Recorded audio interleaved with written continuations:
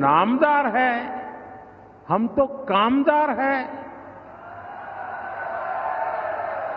और नामदार तो कामदार को सदियों से ऐसे ही गाली गलौज करते आए हुए हैं, ऐसे ही ठोकर मारते आए हुए। तो भाई मैं तो आप में से आता हूं, गरीबी से निकला हूं। अगर 5-50 गालियां पड़ जाएगी तो पड़ जाएगी, आप गुस्सा मत कीजिए। मैं सबको कहता हूं, आप लोग नाराजगी मत व्यक्त कीजिए।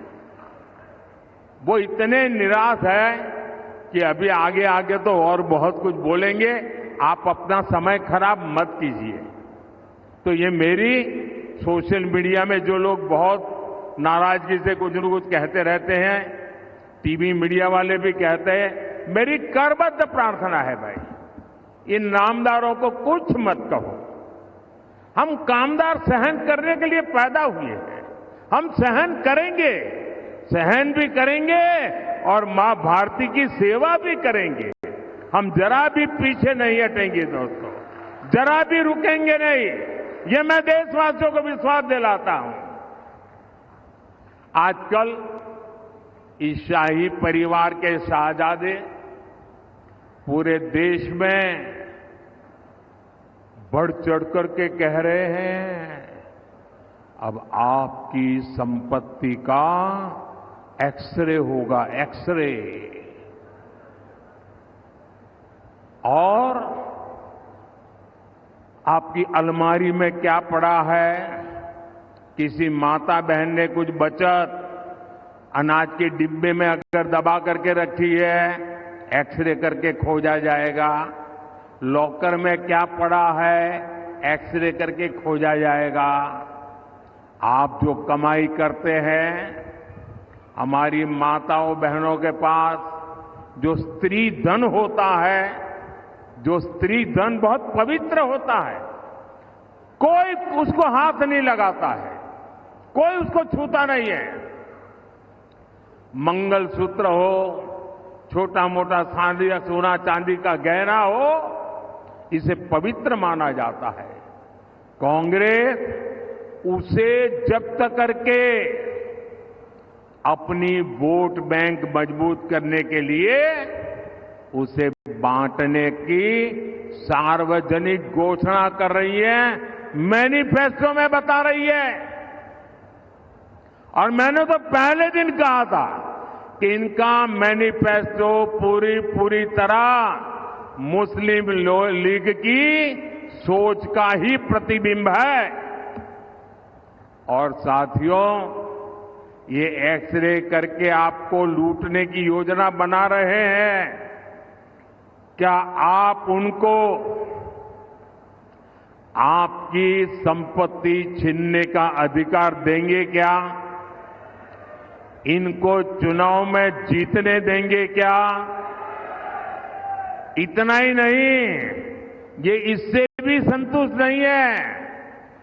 वो जीते जीतो छोड़िए, ये स्वर्गवास के बाद भी, मृत्यु के बाद भी आपकी जो बची हुई संपत्ति है, जो स्वाभाविक रूप से आपके बेटे बेटी को मिलनी चाहिए, वो भी आप नहीं दे पाओगे। आपने कितनी ही मेहनत करके बच्चों के लिए इकट्ठा किया होगा। कांग्रेस वाले कहते हैं कि उनकी सरकार आएगी तो वो भी डुब्बे में से गुल कर दिया जाए। ऑफिशियली कहते हैं आपकी कमाई का आधे से ज्यादा कांग्रेस अगर सरकार में आती है तो ये सरकार छीन लेंगी। और इसलिए कांग्रेस आप पर इनहेरिटेंस टैक्स, आपकी विरासत पर टैक्स लगाना चाहती है। भाइयों और बहनों, इनहेरिटेंस टैक्स से जुड़े जो तथ्य अब निकलकर सामने आ रहे हैं, वो देश की आंखें खोलने वाले हैं। जरा ध्यान से सुना जाए। आप भी ध्यान से सुनिए और मेरे देश के दिग्गज पत्रकार भी जरा सुन ले, मीडिया वाले भी सुन ले, और उनकी जो इकोसिस्टम है ना, जो हर दिन मोदी के बाल की खाल उतारने में लगी हुई है, वो भी जरा सुन ले कान खोल करके। देश के साथ कैसा कैसा पाप हुआ है। मैं आज देश के सामने पहली बार एक दिलचस्प तथ्य आपके सामने रखना चाहता हूं। जब देश की एक प्रधानमंत्री बहन इंदिरा जी नहीं रही, तो उनकी जो मिल्कत थी, उनकी जो प्रॉपर्टी थी, वो उनकी संतानों को मिलनी थी। लेकिन पहले ऐसा कानून था कि वो उनको मिलने से पहले एक हिस्सा सरकार ले लेती थी। कांग्रेस ने पहले ऐसा कानून बनाया था। तब चर्चा थी और व्यापक रूप से चर्चा थी कि जब इंदिरा जी नहीं रही और उनके बेटे राजीव गांधी जी को ये प्रॉपर्टी मिलने की थी, लिख करके गई थी, तो अब सरकार को पैसा चला ना जाए, प्रॉपर्टी को बचाना था, तो इन्होंने क्या कर दिया, उस प्रॉपर्टी को बचाने के लिए अपनी माता इंदिरा गांधी से मिले हुए पैसों को बचाने के लिए उस समय के प्रधानमंत्री श्रीमान राजीव गांधी ने अपनी संपत्ति बचाने के लिए पहले जो इनहेरिटेंस कानून था उसको समाप्त किया और खुद के पैसे बचा लिए। खुद पर आई तो कानून हटा दिया और अब वहां मामला निपट गया, तो आज फिर सत्ता पाने के लालच में ये लोग वही कानून ज्यादा कड़ाई से वापस लाना चाहते हैं। बिना टैक्स के अपने परिवार की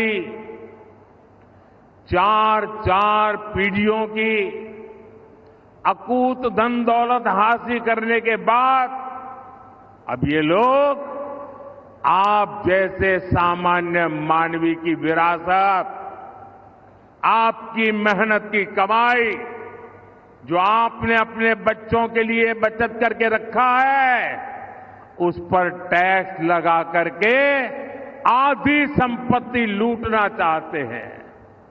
और इसलिए ही तो देश कह रहा है, कांग्रेस की लूट जिंदगी के साथ भी और जिंदगी के बाद भी। साथियों, आपके और कांग्रेस के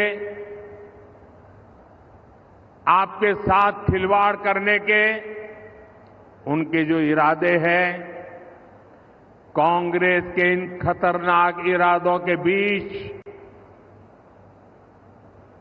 आपके हकों की रक्षा के लिए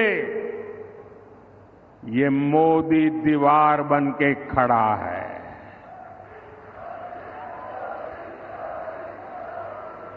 ये गाली गलौज इसलिए हो रहा है क्योंकि मोदी 56 इंच का सीना तान करके खड़ा हो गया है। इनके मंसूबे सफल नहीं होंगे, इनके मंसूबे सफल नहीं होंगे, ये मोदी की गारंटी है। लेकिन इसमें आपकी भी बड़ी भूमिका है।